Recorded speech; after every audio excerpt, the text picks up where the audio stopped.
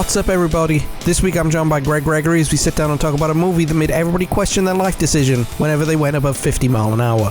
The movie Speed. That and a whole lot more is to come on this week's episode of the 90s podcast. Welcome to the show.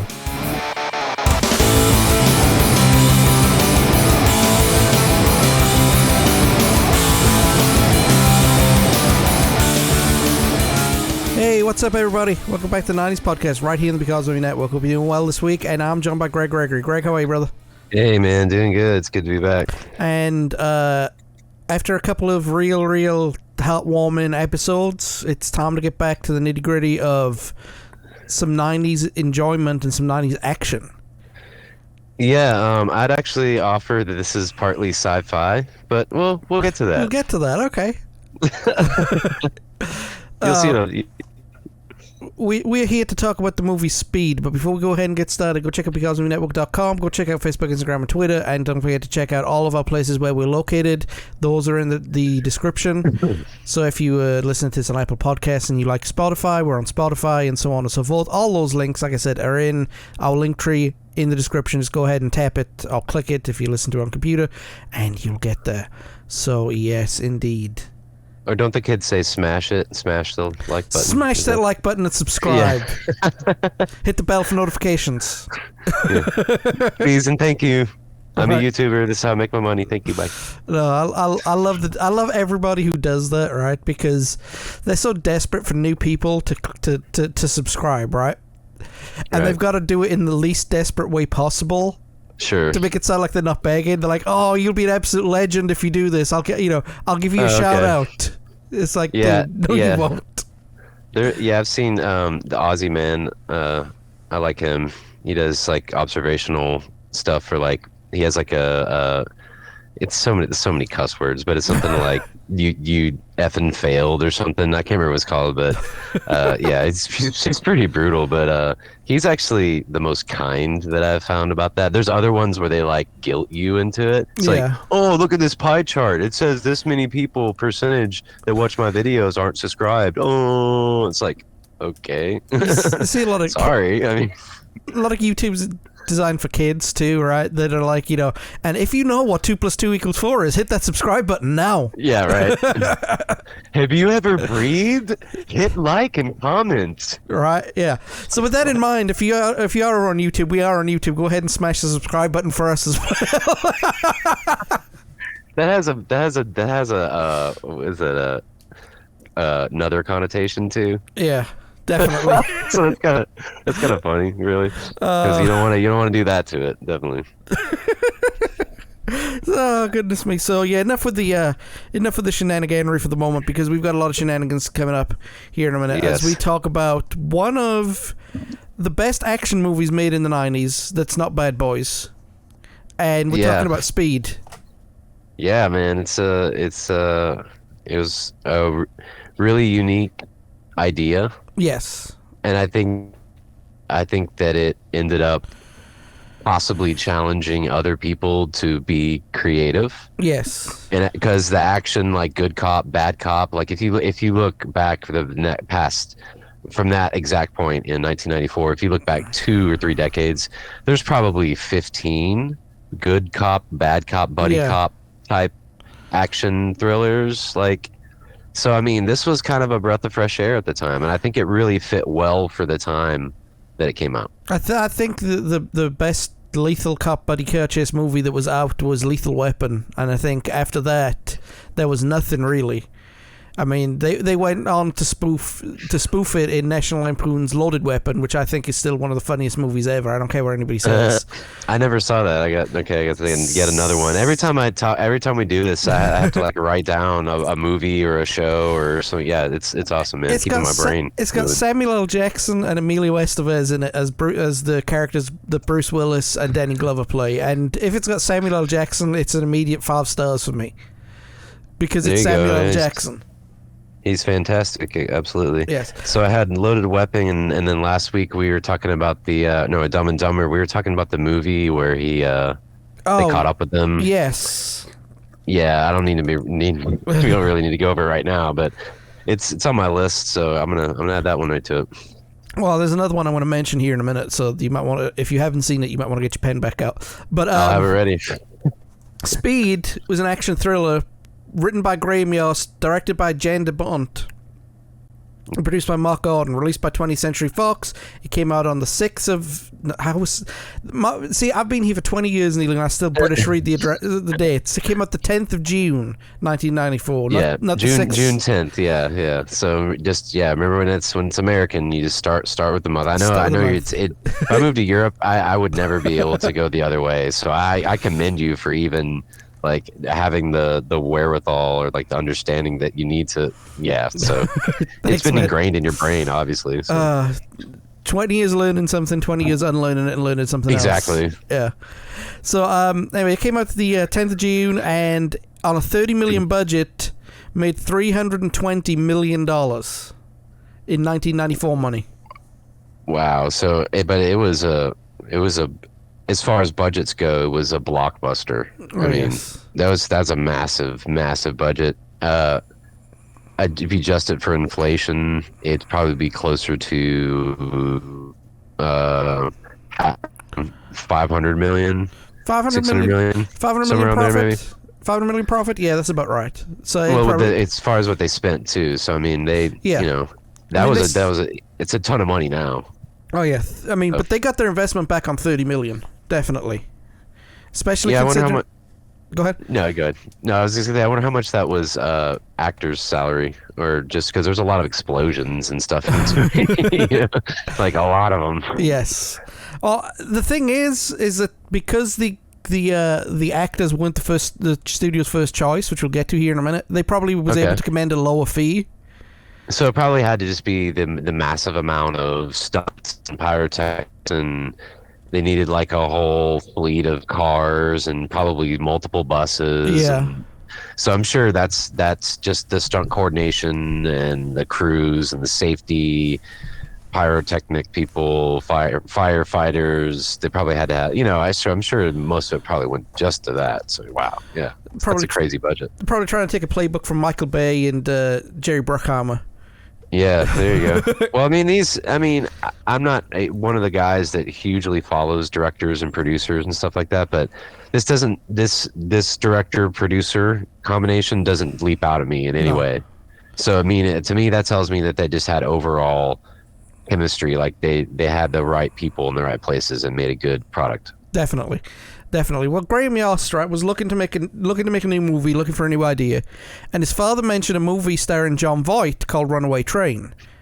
Now, I don't know what that's about. I've never seen it, never heard of it before I did the research for this one.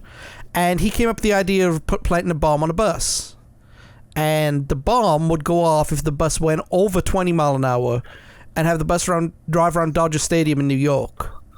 Okay. There would have been no elevator scene. There would have been no end of the movie train scene either. It would just be straight on the bus.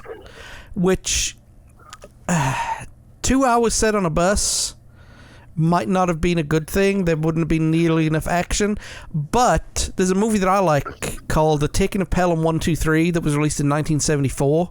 It's got I've heard of that. Walter Matthau and what's his name? Shaw? I can't even remember his first name. The guy from Jaws who was Quint. Anyway, he's in there. He's in there, and it's a real good movie. It's really, really tense too, but it takes place entirely on a New York City subway car. So, I can see where they were going with this. Nobody wants to see and sit this movie, but there have been movies that come out in the past that are action movies that did take place on modes of transportation.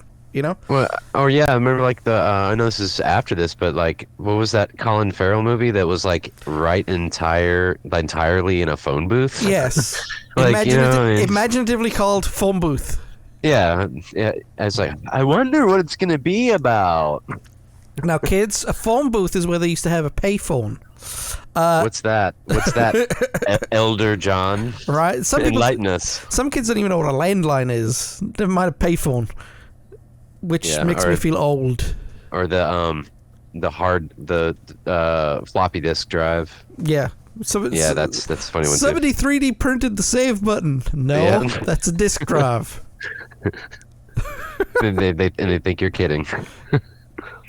It's like you see these kids trying to work a rotary phone now. But then again, you know what? We laugh at this, right? I don't know how to use a blacksmith station. That's fair. That's fair. Me either. What was that? Okay, they began working on tweaking the script, which Joss Whedon was called in to help. So he did. There's a big name. There's a big name. He did a lot of rewrites for it, but it's still giving writing credit to Graham Yost. So there you go. The script was expanded to feature the opening elevator scene and the end of the movie subway train scene. So yeah, that's good because those are two iconic scenes sandwiched in the bus sequence. Yeah. Like the bus sequence was a huge pile of meat, but the two pieces of bread surrounding it were really, really good too, I thought. Yeah.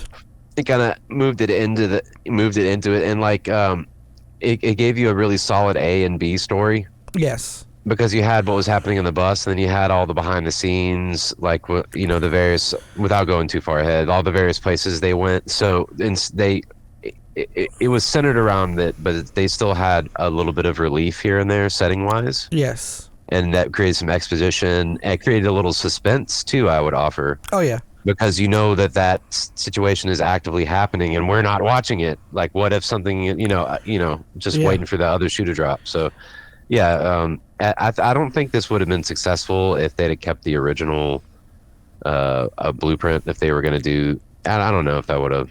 Driving a bus 15 miles an hour around Dodger Stadium. Yeah, the stakes aren't super high on that. I mean, there's the whole thing that they can't go below a certain speed limit, so that limits them to where they can maneuver and stuff. So it's just well thought out. I'm glad we went with the route that they did. Well, not only that, the script was changed again when Keanu Reeves was cast, because he went from a wise ass, slick, the kind of sleazy cop that they were trying to do, like they were trying to do Axel Foley. Yeah, okay. That's what I was gonna say. Yeah. Like plays by his own rules. Yeah, a rogue cop. What's his name from Star Wars? Kind of like Han Solo. Han Solo, yes. And does his own thing. Yeah. So they went rewrote it as a concerned detective instead, which you do see them doing detective work in this movie, which is really, really good. That's one of the things I don't like about a lot of movies, like about a lot of cop movies, is that they always go by their instincts and go to the next thing. They never do any detective work as deducing why they should do the next thing. Yeah, they just try to find who they can punch next, it seems like.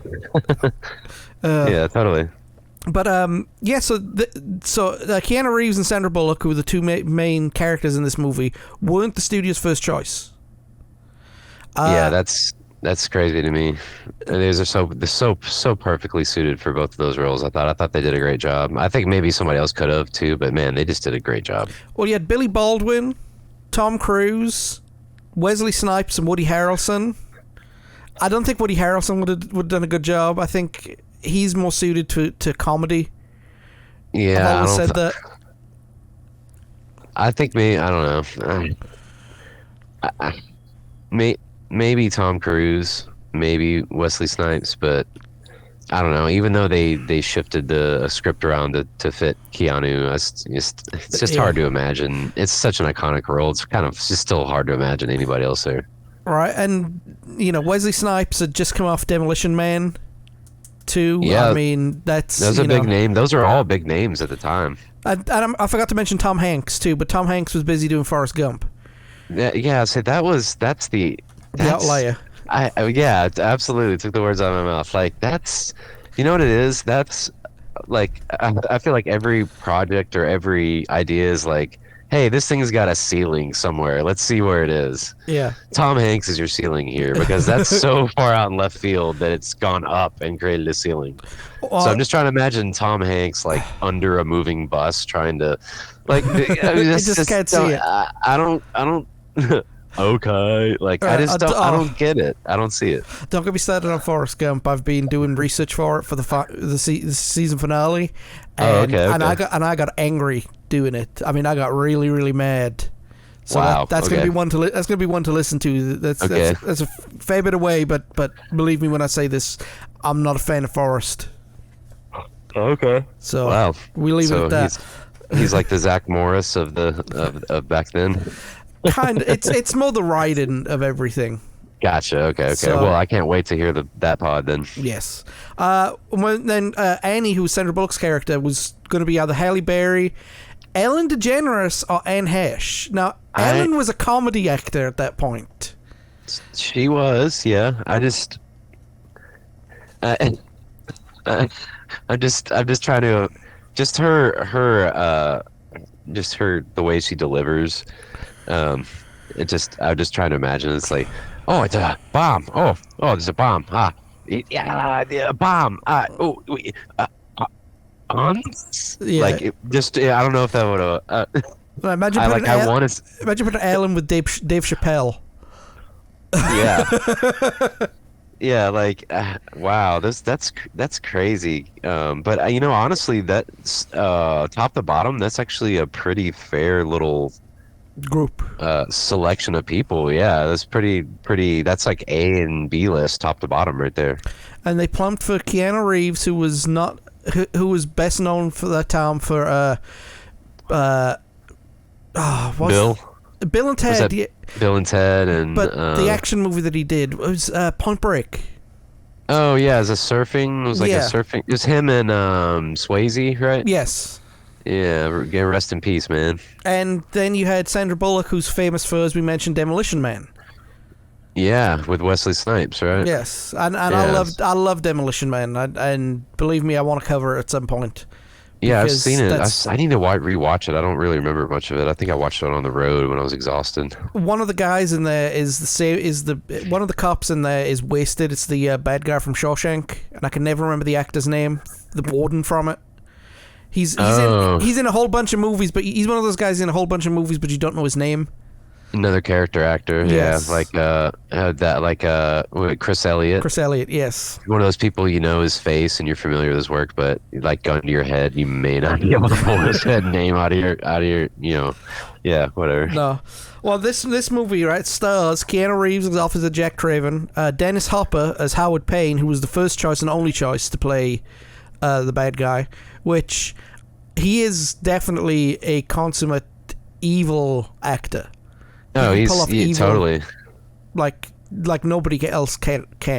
I mean, yeah, okay. He came off the Mario movie looking bad, and he came off Waterworld looking bad. But both of those things, it was his performance that, mwah. His performance wasn't bad in either of those. No. So it's never been his fault on that one.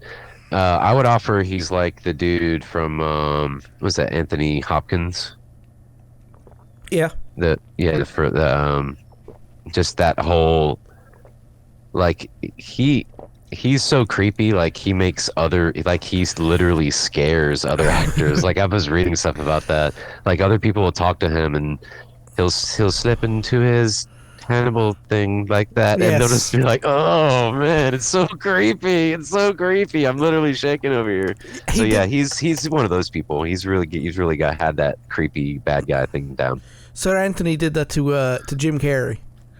Yeah, that's who it was. I remember reading something about that. Came in for dinner, and Jim Carrey was like, he did the Hannibal thing all night, and it scared the out of me. That sounds about right. Yeah, I couldn't remember who it was, but that's great that it was Jim Carrey, man. That's that hometown sense of humor, see. Yeah, the Canadian charm. Because Andy Hopkins grew up like 9 doors down from where I used to live.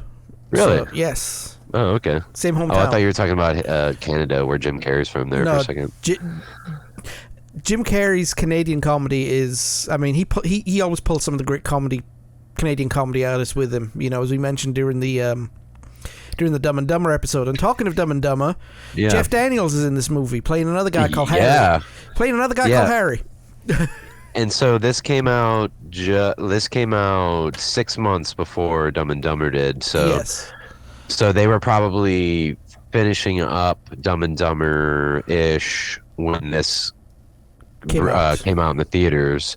So yeah, it was pretty jarring. Like I mentioned that in the Dumb and Dumber episode 2 episodes back, that it was really odd when the casting choice, it seemed that, to see him in this serious role and then have him be thrusted right into this comedic duo road trip thing. Yeah. But I mean, the guy, he's super versatile, and he proved that he could do this because he absolutely hit it out of the park. I'm sure he got paid decently for this one as well. He probably got paid a lot more than he did for Dumb and Dumber after hearing the numbers. Because that's like a blue collar salary for a year. What he got paid. I Yeah, mean, you definitely. know, A lot less than what you get a Hollywood actor. Supporting cast. Oh, sorry. We also mentioned Sandra Bullock stars as Annie Porter, as we yeah, mentioned. In her, some people say this is a breakout role, but I still think Demolition Man is. yeah. I think this is what solidified her. Yes. You know, she was already up and coming, but I think this is what like it was like. Okay, you're in. And then she did 3 or 4 huge movies directly after that. Do you remember The Net? No. That was her. I think that was the first one where she was like the star. It was called The Net, and it's kind of creepy too, man. It's tech kind of internet, like Okay. early internet, so it's really dated. Like it's really dated, but some of it's made up. So yeah. Anyways, but that's a good one to see if you're a fan of hers. And that was I think it was a year after this, roughly. So There you go. Let's see. We've got Joe Morton playing Lieutenant McMahon, yeah. Mac. Alan Ruck, Cameron from Ferris Bueller as Doug Stevens, tourist on the bus. I totally. Oh yeah, geez, how did I not put that together until now? That totally him. Whoa. Yeah, because he was like he was 35 when they did Ferris Bueller, so I I know. he's in his Isn't that 70s crazy? now. What? Pushing 50? Alan Ruck. No, Yeah, I don't know. he's gonna be he's in his 70s now, definitely, because it was 35 years ago they did Ferris Bueller, and he was 35. Oh, okay. And he was 35 when they did it. Oh, I thought you were talking about when they did Speed No. when Speed came out. So yeah, okay. So he's probably in his 70s now, definitely. Then you got Glenn Plummer. Beth Grant plays Miss Helen, who was another passenger on the bus, and Carlos Carrasco? Carrasco plays Ortiz, another important passenger on the bus. There's a lot of people on the bus, Yes. but these are the most important ones. The rest of them are just extras, for lack of a better term. Right, bodies, because some of them don't even have lines. There's a couple of them where they just react and move and maybe go but they don't really have lines. So. There you go. So let's dive into the plot real quick. We've got 4.5 pages of plot notes, so I want to try and get through this as quickly as possible. But there is a very dense movie for a movie set on a bus. Sure. And I mean that roll. I don't mean that in a negative way, because I mean, it's a good movie. It is, Sure. So in a downtown Los Angeles office building, a security guard is checking the basement where he runs across a man tinkering some wiring. Asking to see a work order, a man suddenly stabs the guard in the ear. That's a good way to start it. Owie. Up until I saw this movie, I didn't realize people would stab people in the head. Dude. Yeah. That just sounds like it would hurt and be hard to do. Yes. So that's why it shocked me. Well, it shocked me Yeah, because oh, yeah. how violent it was too. Because dang. Right out of the gate, yeah. First 10 seconds in the movie. And you instantly know who the bad guy is. You don't need no build up, don't need no suspense. That's one thing I like about a lot of these movies, is that you know who the bad guy is within the first 5 minutes of the movie, and you don't need any big reveals, and Don't need much exposition. He just shows his hand right in the beginning that shows he's evil, and you're like, him. that's him. Them. Kick his ass. Yeah, get him. So a group of people who work on the building are taking an express elevator down when a few explosions are heard. The cables are severed and the elevator plummets a few floors down before the emergency brakes kick in. So LAPD sent SWAT in, including hotshot officer Jack Traven and his partner Harry Temple. They join the team and their boss Mac briefs them on the situation. Bombs have already severed the main cables we mentioned, and the only thing keeping the elevator from dropping to the basement is the emergency brakes, but the bomber has wired them with explosives and given them an hour to give him 3.7 million, or he blows the brakes. Now, why not just go for 4 million? Yeah, what? I don't know. He wants to be like the decimal point bomber. Yeah. Maybe it's part of his aesthetic or something. I mean, who knows?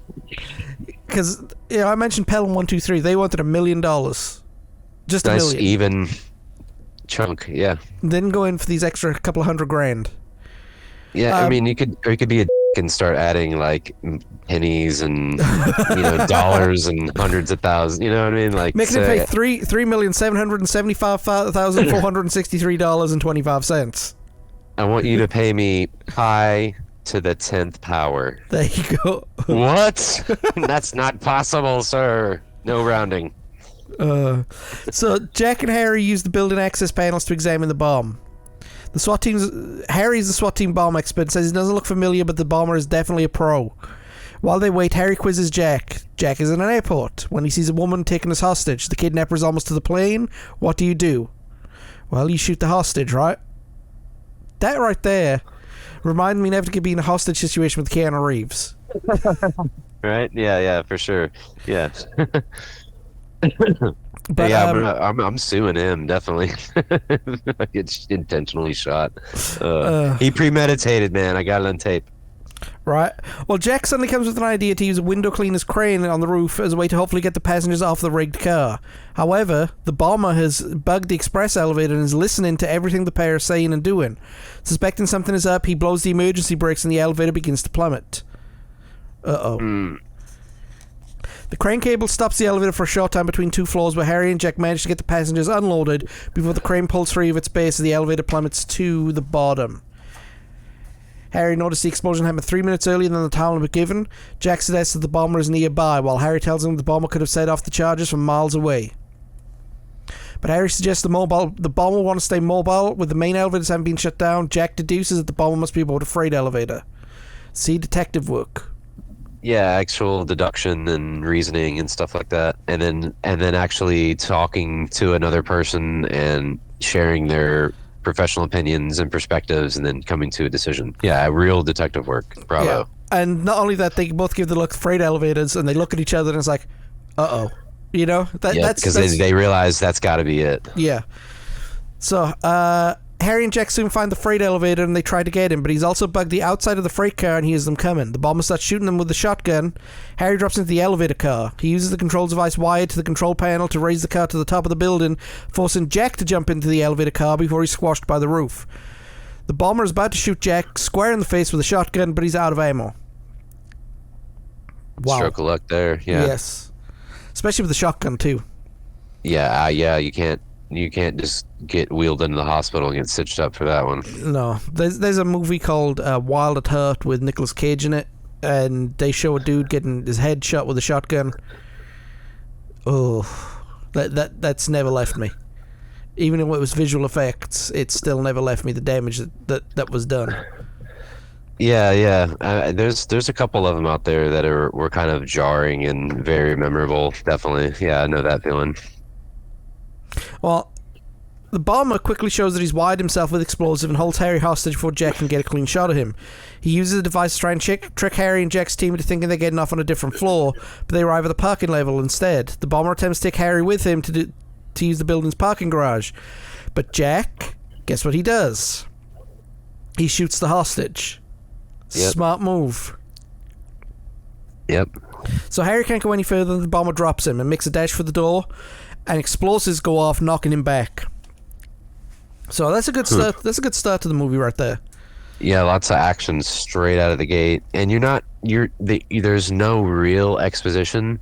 So all you really know is here's this guy, and he's clearly the bad guy, and these guys are trying to stop him. So clearly they're the good guys. So you just get to sit back and enjoy this nice little piece of cinema to open it up. Yeah, and not only that, right? Everything comes off somewhat logical.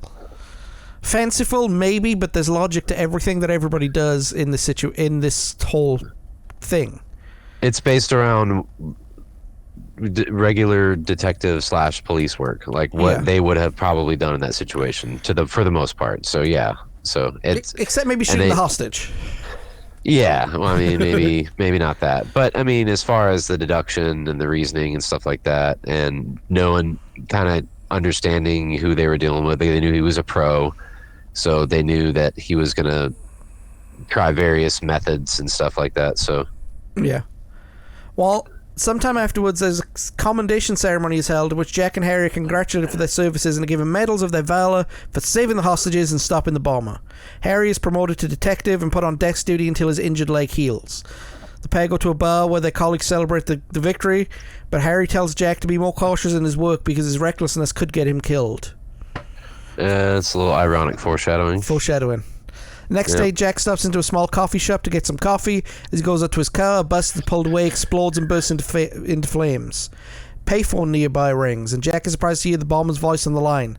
The bomber's explained that he spent 2 years playing the elevator job and chastises Jack for ruining his life's work. So the guy's a little out there. Out for some kind of compensation, some type of revenge. He feels like he's got to pay something back in the negative that he received. So, the bomber goes on to explain that he's planted another bomb on an LA City bus, which has been armed at the moment the bus passes 50 mile an hour, and then will detonate if the bomb drops below that speed. See, that right there, not to interrupt, but that right there is what sold this movie. Yes. That was the plot point. Like it's a plot point, but it's also a device that they added. That because if you look at the original one, it was 25 or whatever. But 50 is 50. Yeah, that changes a lot of things. And because that limits where you can go, how much you can turn. Because you can't really turn a bus that much doing 50, dude. Yeah. Like you can't at all. I mean, it's so top heavy. I mean, well, not just that. You don't see a bus going over 50 anyway. Not often, no. But I mean, you got to drive straight essentially. Yeah. So you have to plan for a really straight pathway. Yeah, so that's pretty diabolical, man. I mean, wow. And plus with gas today, whew, man, expensive. Oh, yeah. Well, we'll get to the gas situation here in a minute. Oh, yeah.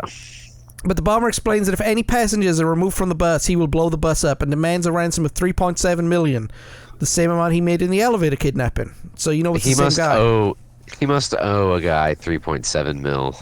Like he must owe like 3 mil, and he just wants 0.7 mil. Just like go to Aruba and just pass out under an umbrella with a martini in his hand or something. Like that must be it. Like it's like when you see a bill from like a doctor's office or something. You got to get those extra 75 cents in there somehow. Yeah. Oh, yeah. It's like, how do you come up with that number? Just like round it up to the nearest dollar. I mean, you know, taxes. Gotta pay my warlord and my crime accountant. You know, and all those people. So that's what the 7 is for. The 7 is for the IRS. There you go. Yeah, you got criminal tax or whatever it is. Yeah. So he demands a ransom of $3.7 million by 11 a.m. And furthermore, he knows the bus radio is out of order, so alerting the transit authority is useless. The bomber gives the bus number 2525, and Jack takes off to catch it. So he doesn't say anything about getting on the bus. No, just says anybody it's just getting off of the bus. So if he gets on the bus, he is part of that until the end, essentially. Yeah. Jack manages to catch up to the bus en route, but frantically tries to get the bus driver to open the doors. The driver ignores him, thinking it's just a prank. Jack commandeers a Jaguar and again catches up to the bus. After a mad struggle, Jack manages to relay to the driver that there is a bomb on the bus and manages to get on board. Jump from the moving car into the bus's door. I love that sequence. Yeah. The poor guy who spent his life savings on that car. Are you insured? Yeah. Why? And then he just like breaks and smashes the door off. Yep. I mean, you're insured, dude. I mean, that's why you pay all that money.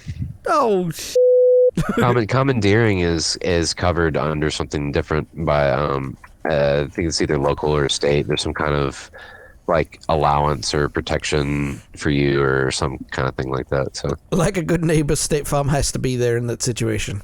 Yeah, right. So, where was I? Jaguar. After Matt jumps on the bus. Harry is also alerted through Jack by the Jaguar on his cell phone. So he commandeers the car and takes the cell phone, which is another line I love. Sir, can I take this? Fine, take the phone. Yeah, and that was kind of a luxury item back then. Yeah. Like really only quote unquote important people with a lot of money had phones, and the car phones were kind of common too. I don't really see them much now. There's really no point to one. No, I mean, consider now all all cars made after a certain day have got like touchscreen panels and Bluetooth for your cell phone. CarPlay Yeah. or USB link up. Yeah, mine, it just connects automatically. I can make a call on it. Yeah, so I mean, most of them have got that. Or if not, you can like they even have like the tape deck thing with Bluetooth. Like there's all kinds of different ways you can make it happen. So, But back then, cell phones were not that common. That's why he didn't. That's why he drove away, catching up with everybody, and not called someone on his cell phone. Now, my question is, why didn't he call 911, say who he was, and get a police escort out to that bus and stop it before it went over 50? maybe because he thought it would take too long. Yeah. I mean, they're in a big city, or are they in LA? Yeah. Yeah, so I mean, I don't know if you've ever been to LA, but It's huge. yeah, sometimes getting from one side of town to the other can take hours. Yeah, that's true. Depending on the traffic situation or construction. I believe I've heard them say the 10. It's not 10. It's the 10. That's the one that's always the problem, apparently, because it's either under construction or it's gridlocked, or so maybe he did. I would say it was probably just a logistics thing. Maybe he just thought he could get there quicker. But although that's not a bad idea either, man. Yeah. Well, he calls Harry, and Harry's like, "Look, I dragged my hungover ass into work today, and you better show up too." He's like, "No, Harry, he's alive," and that sobers Harry up real quickly. Yeah, he's full of adrenaline, and Harry gets a little injection of that too once he tells him that short phrase. That's all it took. He didn't have to say who. He said he, and that perked him right up. Yeah. Yeah. So Jack attempts to calm the bus passengers, but an altercation with one man wielding a gun, fearing that Jack has come to arrest him, forces a struggle, and the bus driver is shot. So. Yep. That's already a good obstacle to put in the way. Now you've got the driver, the most experienced person in the vehicle. Yeah, I was going to say the most qualified person to do that job is now unavailable and fighting for their life. Yeah. Yes. So the young woman named Annie Porter, who takes the wheel and planned to hit the brake, Jack sharply orders her to not stop the bus and informs the passengers about the bomb. At the suggestion of the injured driver, Jack opens an access panel on the bus floor and finds a decoy, and then the real bomb, which is an alarmingly large. Relaying the info to Harry, Harry's perplexed at Jack's observation that the timer for the bomb is a cheap gold watch. Harry's suspicion turns to the prospect that their mad bomber may be a former officer, and has his staff looking over information about officers who work with bombs or on bomb squads. That was sloppy by our guy to do that, to put that watch on there. You think it's sloppy. It was showboating in a way. Yes, because he thought he was going to get away with it, and it's not. It was going to be destroyed. It wasn't going to matter. Well, one of the things, on the one hand, it looks sloppy, but on the other hand, he wanted them to know who he was at the same time. And we'll get to that here in a little while, because he does say, after a certain point of the movie, he said, "I think a large neon sign with the word Howard Payne written on it would have been a little too obvious." So he wanted him to find. They wanted him to find them. Yeah, and there's another remark about the watch too, in dialogue later on. Yeah, that's true, man. That's a really good point. Yeah. Back on the bus, a traffic jam on the freeway forces Annie to divert the bus onto the city streets. There, there with an LAPD helicopter following the bus and McMahon on board trying to arrange a survivable route. The occupants of the bus have a terrifying ordeal as Jack and Annie must deal with every conceivable obstacle that threatens to fatally slow the bus and is forced to careen through the streets. These include being forced to take a one-way lane against opposing traffic, a collision with a baby carriage that's sent flying but is only carrying cans. Now that right there could have killed it. She acted like it was a baby though. Yes. Which kind of messed with my head a little bit. I had to rewind. I was like, it was cans? Okay, it was cans. Because she was very animated about that. But, I mean, if that was all your food, I guess I would be equally mad too. So. Yes. I mean, that right there, I mean, they played that up really, really well, that it was going to be a baby. Because they stopped the dramatic music, because like it had the theme going, and then as soon as you see the lady pushing the buggy for the first time, silence. You just hear the natural ambient sound, and the woman talking to another woman she's about to leave, and then the music doesn't pick up until like after she's done flailing her, Sandra Bullock's done flailing her arms around and almost set the bus back down to 30. Right. It was kind of a early version of the trolley car dilemma. Yes. Because I mean, you slam on the brakes and you save the baby, but everybody else blows up. You wouldn't even save the baby. No, but I'm saying, but they think it's a Yeah. baby. So to them, that's what they are doing. Well, the explosion would have killed it, though. Yeah, true. True. But I mean, it's like, I don't know. It just kind of reminded me of that whole thing. Like, who do you save? Yeah, So it was smarter than to pop that in there, because that made it really tense. Had a lot of tense, feelings to that scene. And I think it also emphasized the seriousness of the situation even more. Absolutely, yeah, because there's other people not involved on the bus directly that were still going to be affected by it. People outside, people unknowing of what was going on. Yeah. So let's just see what happened here. The police eventually a police escort arrives and guides the bus to the unfinished and empty 105 freeway. The first entrance is a soft turn right, blocked by a group of school kids crossing at the worst possible time, and Annie and Jack are forced to make a hard right turn and nearly spill the bus on its side. I love that line. It's going to be an ugly turn, though, and it's like, that's not a turn, that's a dead end. So what they do is they get everybody on the same side of the bus so they can weigh it down so they can make this turn. Gotcha. We're gonna tip over. Yeah, right. we're gonna tip over. Just like the urgency in their voices, Yeah, absolutely. Yeah. I think home dude from Ferris Bueller was kind of the ringleader for that one. I think he did a good job on that, of really showing what they were all kind of feeling. They all did in their own way, but I think he was kind of like the ringleader of all that, really. Once on the freeway, McMahon and a number of officers board a flatbed truck that pulls up next to the bus. McMahon wants to get everybody off the bus, but Jack explains that the news helicopters in the air are televising the event and that the bomber will detonate the bus if anyone gets off. Yep.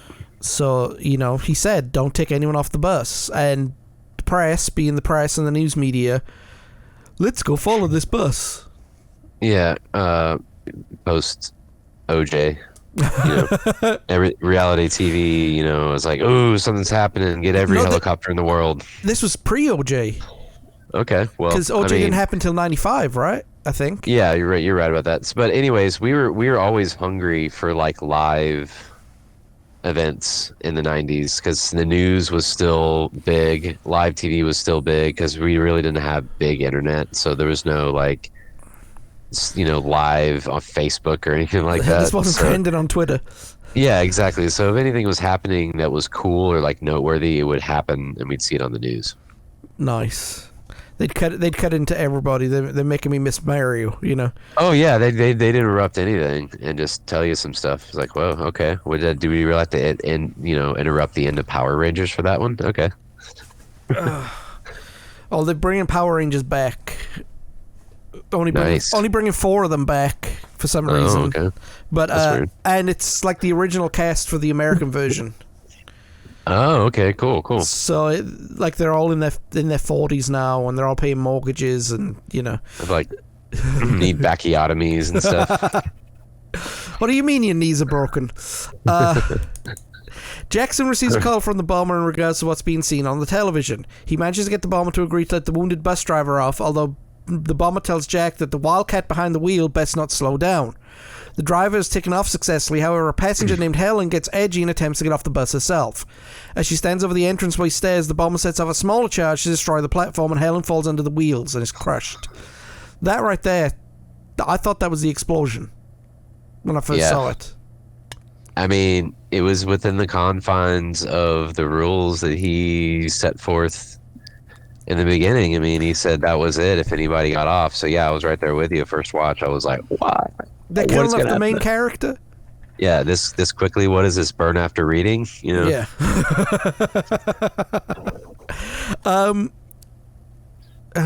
During a few moments of relative calm, Annie clearly confesses to Jack that she was relieved that the blast was not from the main bomb and she survived. Jack assures Annie that's a perfectly normal response. And little survivor guilt there. Yeah, definitely. Yeah. The real person to blame is the bomber, because he put us in this situation. Remember, it's his fault. That's true. I mean, even though he said it like, whoa, like it's serious. I mean, he's right about that. I mean, it's not it's not anyone's fault but the guy that put them in the situation. Now, they coined a phrase that I love. They said that the guy is crazy, not stupid. Yeah. And they bring that up several times. Not mutually exclusive. They can be, but they're not mutually exclusive. Like Forrest Gump. Oh, I got some that. Get the Arthur Fist meme ready. All right, definitely. So McMahon is then informed that the 105 freeway is unfinished and the stretch of roadway contains a 50-foot gap. They should have thought of that ahead of time, right? You know? Yeah. Jack is informed, but the bus still refuses to take any passengers off. Desperately, Jack then instructs Annie to increase the speed, figuring there may be an incline that will allow them to jump the bus over the gap. Miraculously, his plan works and the bus makes it to the other side intact.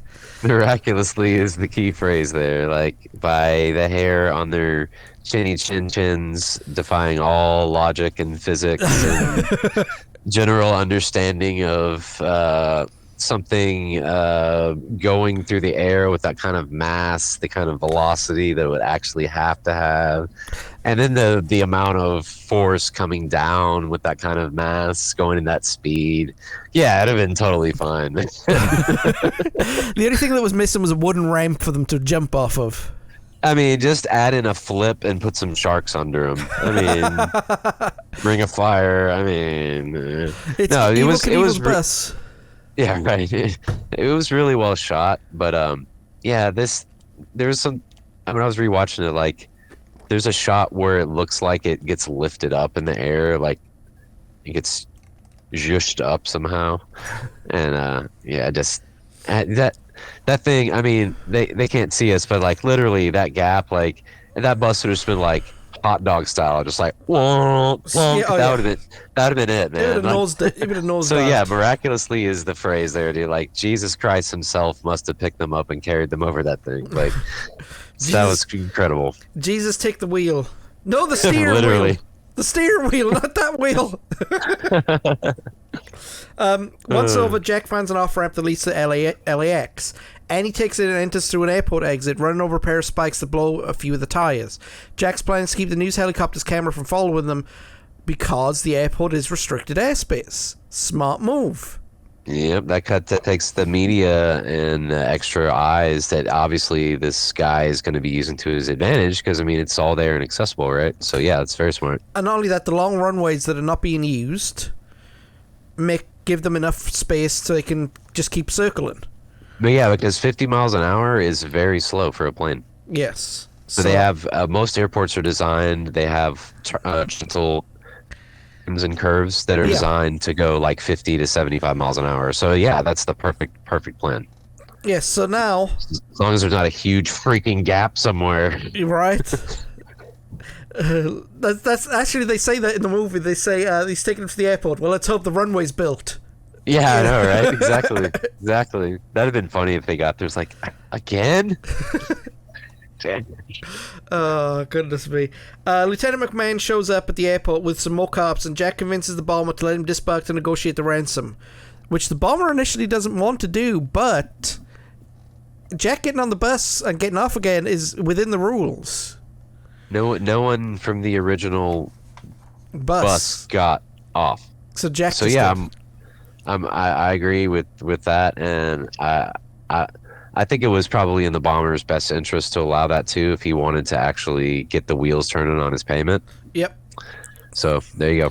So Jack gets off the bus and onto a vehicle with Lieutenant McMahon, who feels that they should be able to unload the passengers safely, but Jack is still convinced somehow that the bomber will know, leaving one option: disarm the bomb. Yeah. One of the coolest parts of the whole movie, in my opinion. Yeah. Jack goes onto a small wheel dolly attached to a cable to a small truck and is sent under the still moving bus. Now that right there, dude. I sent you a gif the other day of Randy Marsh in a wheelbarrow with his nuts hanging out of it, just carrying them. That's what Jack Travis had in that point right there. And they actually signified that the Ortiz actually said that. It just said that, and he said it. It was clever how they said it because they used slang like Hawaiian slang. Yes. But it actually became a part of the lexicon of 90s verbiage. Yes. You have some uh, big cojones. exactly, dude. That became a thing that meant like, dude, you are brave. Like you are very brave. So yeah, the little tiny wheels on it and stuff. Yeah, oh, dude, there's so much could go wrong. Like any little imperfection at that speed. Ooh, yeah, I'm telling you, you're right about that. So he tries to dismantle it with the help from Harry and the bomb squad. However, the bombers fitted the bomb with what they call a collapsible circuit, and Jack is unable to disarm it. Collapsible circuit means if you try and mess with it, it's going to blow up anyway. The circuits are built on each other. Yes. So it's and a lot of the movies you see that this is another classic scenario. You have the 3 wires or the series of wires. Yes. You've got to cut the correct one. This would be a situation where, say, okay, I know it's the green wire. We cut the green wire, it goes off anyways because everything is parallel circuited back to one another. Yeah. So that's this guy is good. He had a decoy, he had a smaller bomb, and now he's got another protection in place on his actual bomb in the event that he could get to it. So yeah, this guy, he's been pretty much one step ahead of him every step of the way so far. Crazy, not stupid. Exactly. So Harry's still thinking of alternative ways to disarm the bomb when they find out the bomber's identity, Howard Payne. Yeah. Payne turns out to be a former member of the Atlanta PD's bomb squad who was forced into early retirement when a bomb he was disarming exploded, burning his hand and costing him a thumb. So yeah, he was looking for some revenge, certainly.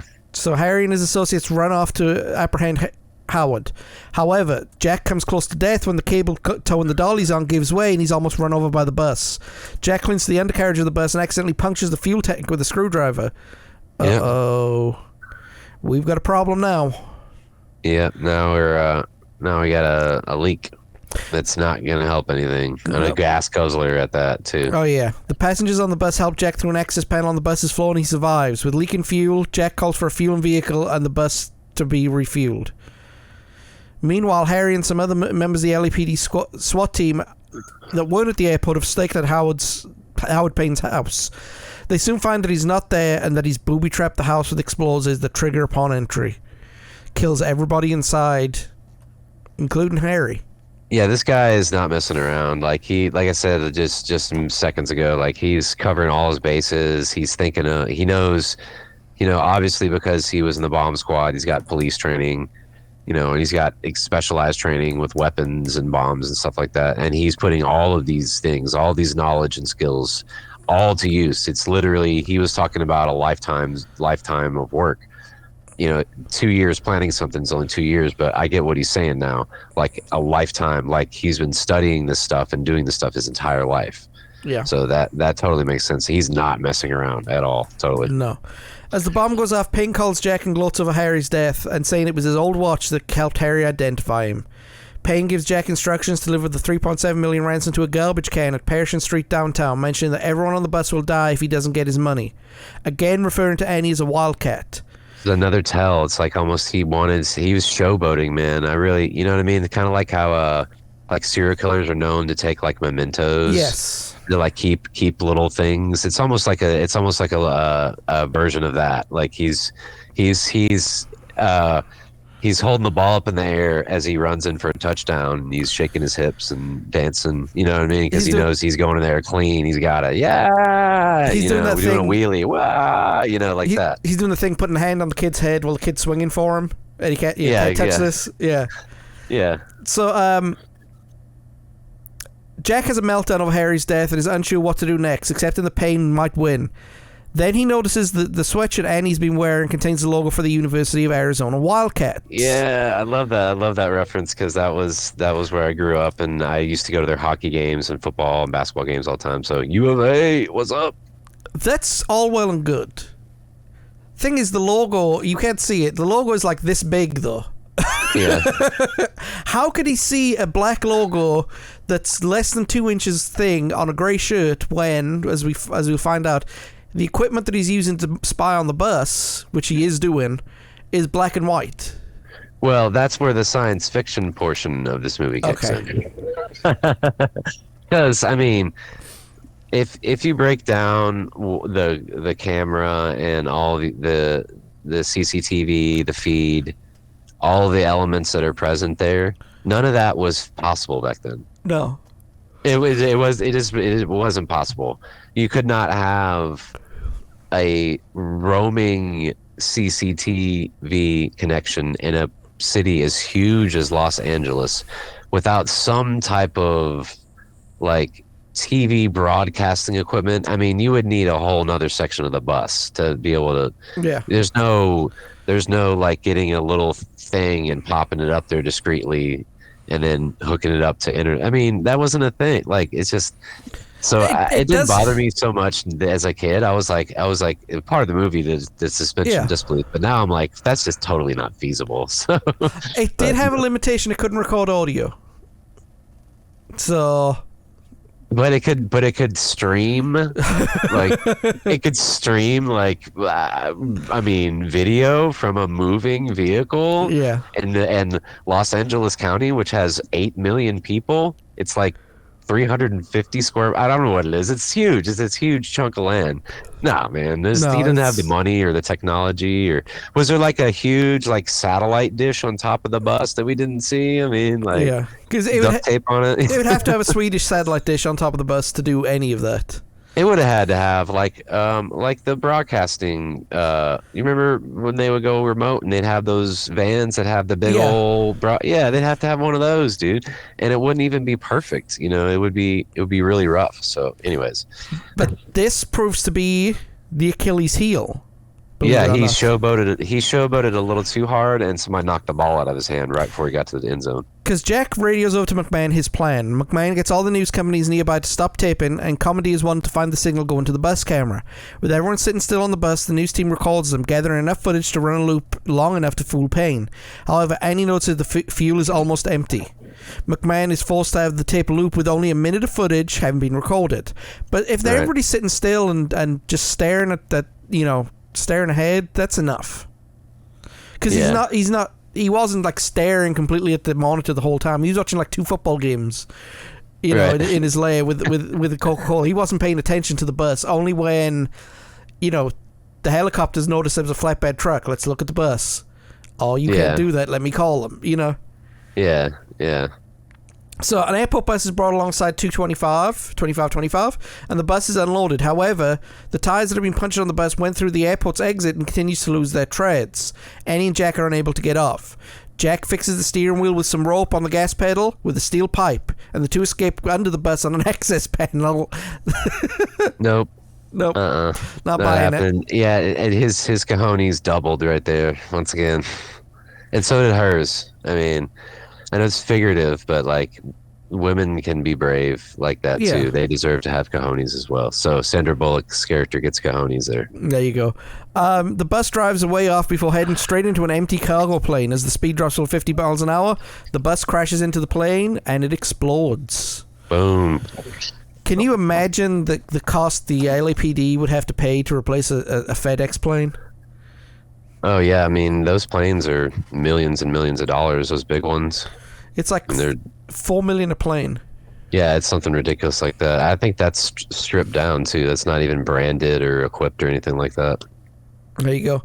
After the passengers are treated by paramedics, the police receive a phone call from Payne wanting to know where his money is. McMahon is about to tell Payne off, but Jack realizes that Payne doesn't know the bus has exploded, giving them an advantage to capture the madman. Now, when the bus exploded, that should have got rid of the camera feed, right? Who knows, man, with the kind of technology, the alien, like, 2012 technology they had somehow. Who knows, man? Yeah, I mean, in theory, you think it would have just gone like it does in most movies, but who knows? I would think so. For those interested, Wi-Fi and wireless internet was not invented until, like, 2002, 2004, in that time period. And it wasn't really commercially available until a couple years later after that. And it was about as reliable as... Well, it wasn't reliable. No, it was terrible. Yeah, it was a joke compared to what it is now, definitely. It was somewhat of a marvel. I think we tolerated it because it was a marvel. Yeah. But now it's like we use it as a utility now. It's like, nah, this needs to be better. All right. Well, the money is placed in bags and dropped into the garbage container the Payne had specialized. However, there are paint bombs in the cache. A number of officers using the Pershing Square with Payne watching from an overhead building. Payne thinks he's won, and then he notices the bus camera and realizes the tape is on a loop. Yep. Payne quickly puts on his old police uniform and blends in with the other officers and walks over to Annie and escorts her away from the scene, saying that he's been sent by Jack. Now, why would you take a civilian to a scene like that? I don't know. Reasons of plot, aside from that. Just to... that's the only thing I can think of, just to move it forward somehow, just to add another layer to it, you know? Well, she's a state's witness, so we got to protect her. I know, let's take her right to the house where the madman lives. Boom. Perfect. Jack and a number of officers waited for the garbage can, but no one has appeared. Jack immediately demands they turn on the homing beacon with the money, and they're all surprised to see that the money is in motion. Jack rushes the garbage can and finds that there's a hole below it, and in the pavement leading down to the street is a level under it. Jack one step ahead every time, man. I'm telling you. Jack drops through the hole below street level and is confronted with Annie strapped with explosives, and Payne standing nearby holding a detonator. Payne chastises Jack a bit before making his way to the Los Angeles subway system. Jack jumping aboard as it pulls away. Crawling across the top, Payne handcuffs Annie to a pole and shoots and kills the train driver. Payne then explains his plan to Annie. He intends to get off the train with the money, but leave her and explode, leading the police to think they both died in the subway. Yep. Crazy, not stupid. Yep. However, Payne's overzealous nature gets the better of him, and he hears Jack climbing on top of the train car. Playfully, he claims he might be able to bribe Jack into letting him go, and as he reaches into the sack of money, it sets off the hidden dye pack bomb, ruining the money and covering him in purple dye. Payne then climbs up to the side of the train car. Earlier on, it had realism in the elevator scene, but the train scene is complete fantasy. Sure. Yeah, absolutely. He climbs up the train on the outside and goes head-to-head with Jack. As they fight, Jack notices a low-hanging light approaching and holds Payne's head up to it while seizing the detonator to Annie. The light decapitates Payne and his body falls off the car, leaving that was awesome. Leaving no blood. No. clean, perfect. Clean head as a whistle. Chop off. That was it. That wouldn't have happened.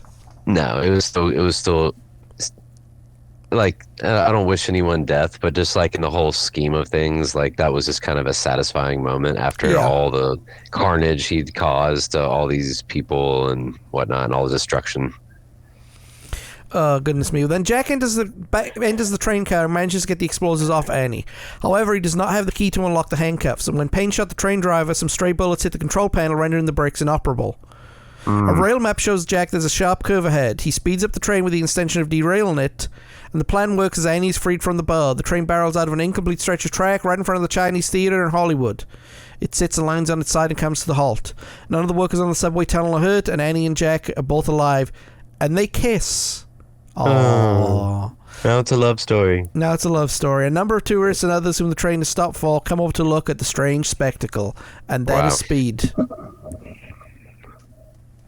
Yeah, man, it's a lot. It's a dense movie. There's a lot going on in it, and it's surprisingly dense for the content of it. You know, it seems like a simple premise: a bomb's on a bus. You can't slow down or it'll explode. But then it adds so many different wrinkles into it. Yeah, it had little caveats, and by adding the fact that it was a retired cop, that adds another twist, if you will. Shyamalan. So it goes from the bus driver shot, the woman tries to get off the bus and the bus nearly blows up, the hard right turn, the 50-foot gap. The bus, the train, her being stuck in the train, and the derailing the train. Yeah, there's so many. Yeah, there's a lot. So, Sandra Bullock, Jeff Daniels, and Keanu Reeves all trained with professionals to learn their parts for the movie. So, Sandra Bullock actually knows how to drive a bus. Huh. So, and then she looked like she was driving it. Wouldn't surprise me at all, honestly. The idea to jump the bus came from director Jan DeBalt noticing a segment of highway missing while shooting. So as they were shooting, they noticed that that piece was missing, so they wrote it into the script and added it at the last minute. Wow, that's awesome. The film went over budget before the final scene, so the train sequence was almost cut completely. I guess he would have got the money and they would have riddled him with bullets, and that would have been end of movie. Oh, that's lame. That's lame. Test screenings, it was storyboard animation with voiceover until the final scene was a huge success. So the studio came up with more money to shoot the final scene. Wow. Okay. In choosing Dennis Hopper, they wanted an ordinary man who just snapped one day. And you mentioned OJ earlier. It's actually released a week before the OJ Bronco chase. Okay, wow. So they're almost like in harmony with each other. Yes. Oh, speaking of an ordinary man who just snapped one day, Michael Douglas from Falling Down. Oh, yes. Yeah, I think Michael Douglas might have been able to pull off this role if you were going to cast an alternate Payne. Yeah, I think because he was incredible in that. And so. He genuinely scared me in that movie. Oh, yeah. And that's literally how I always, when someone's like, hey, what's that movie about? Oh, just a normal guy who just lost his mind one day. There you go. Just the stress of the world just got to him. Yeah. This film was supposed to release after True Lies, but because of the success of the test screenings, they kind of put it on before True Lies. I love True Lies. It's a real good movie. Fantastic. Very good. One of those complete movies, a little bit of everything in it. Yes. The mugshots that the police used to track Howard Payne are actually the cast of the crew. So you might get to see Keanu Reeves' mugshot in there. Let's see. To create the iconic jump scene, they created a special bus with better suspension and the ability to go 70 miles an hour cleanly with the driver's seat 15 feet back in the bus. This is how they did it, folks. They digitally removed the highway in post-production. Okay. And they had the special bus jump off a ramp. I see that, and I mentioned that earlier, that it looked like it was getting moved up somehow, so I guess it was the studio magic with them using the ramp and then removing everything else with computers or rocks and sticks or whatever they were doing back in the 90s. Yeah, so to me, this is a 9 out of 10 movie because even though the imperfections in the later half of the movie are there, it's still a real fun movie to sit down and watch. You just got to turn your brain partially off and buy into that universe. Yeah, I mean, there's elements like that make a movie a good movie. Like, and that's the whole point of going to plays and movies and stuff like that, because it lets you be kind of in a different world for a little while. So, yeah, I think there's actual real life stuff in it too, and there's a little bit of they took some liberties here and there, but I mean, like I said, that's just movies for you. But yeah, man, I would give this a 9 based on that, because it's still good to watch. It's just well done. It's good for people that have ADD because it moves and it's just keeps your interest. So yeah, it's well done. The subsequent ones were nowhere near as good as it, but yeah, it was excellent. 9 out of 10. Well, if you want to watch this movie, it is on all streaming platforms like Hulu and Amazon Prime and Tubi, and you can rent it from YouTube, Google Play, Redbox for a minimum amount of money. So that's if you want to watch this movie. It's really good. I have it on tape. I still have my tape. I wore my tape out. I taped it off the TV. So. Oh, okay, yeah. No, mine's worse for wear. It's a legit like store-bought copy, but it's probably been screened at least 100 times. I love that movie. Well, the film's dialogue into the 90s pop culture. You know, the crazy not stupid line, pop quiz hotshot. Cojones. I still say that, cojones. Yeah. Yep. The film has been referenced in all sorts of TVs and movies since its release. The Simpsons, Sonic the Hedgehog parodied it, and the Irish comedy Father Ted, did a whole episode called Speed 3, where they have a milk float. That if it goes over 3 miles an hour, a bomb is armed. And if it goes under 3 miles an hour, the bomb explodes. Nice. Yeah, this next one's the one I remember the most. Speed 2. The Mythbusters one. Yeah. It was busted by Mythbusters. Yeah. Every time the bus fell off the track. That's what I'm saying. Because like there's a lot of weight on the top of buses, but also in the front. Yeah. So I think it's just gonna sink like a stone end over end. It's just gonna I mean, unless you get some kind of thrust upward. And some major thrust upward. Yeah, that ain't happening. It ain't happening, especially with the engine at the front of the bus. That's what I'm saying. I mean, you can put as many dudes as you want perfectly throughout there, and it's still that engine and the top heaviness it's gonna go forward and then start spinning. The top is gonna get pulled down. Yeah, it's gonna be a mess. And that, my friends, is speed. Yeah. So, what do you think of speed? Why don't you let us know on our social media pages? You know, we have them for a reason. Go ahead and check them out. Go and like, share, and subscribe, everybody. Annihilate the button of liking. Yes. Yes, indeed. Or whatever the cool kids say. Yes. Whatever the youth say these days. Hello, fellow kids. Yes. It is I, your 39-year-old friend. Yes, I'm hip. I'm with it. Tucker. You know what's sad? We're referencing a 30-year-old movie just to get that reference out there. Oh, boy. We're streets behind, man. It's like that scene from The Simpsons, isn't it? I was with it. I was hip. Now I don't know what it is. It'll happen to you. It'll happen to you. Yes. Yeah, that's the most chilling part of it because it gets truer every single day. Yes, it does. So, Greg, man, it's been great to have you on. You'll be back next week talking about Sonic the Hedgehog. Yeah, I'm going to study up for that one by playing a lot of it. There you go. And I'll be back here in a couple of minutes to talk about some stuff that we've got going on. And that's my take my medicine alarm.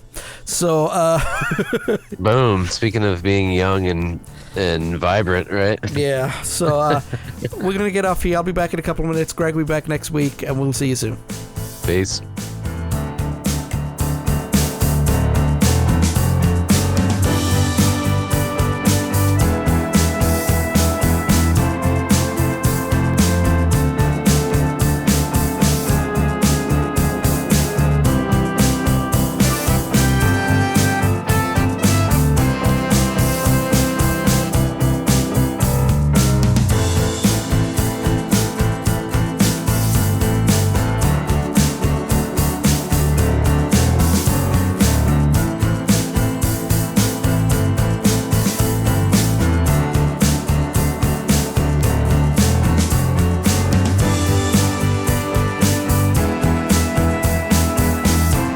Sincere thank you to Gregg Gregory for taking the time out of his busy day. I know he's got a lot going on, and I thank him for every time he comes on here, and I do appreciate his time.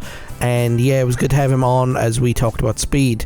Next week, Greg is back as we talk about another thing to do with speed. Only this time it's not a bus going 50 mile an hour. It's about a little blue hedgehog who goes the speed of sound. We start talking about Sonic the Hedgehog 1 through 3.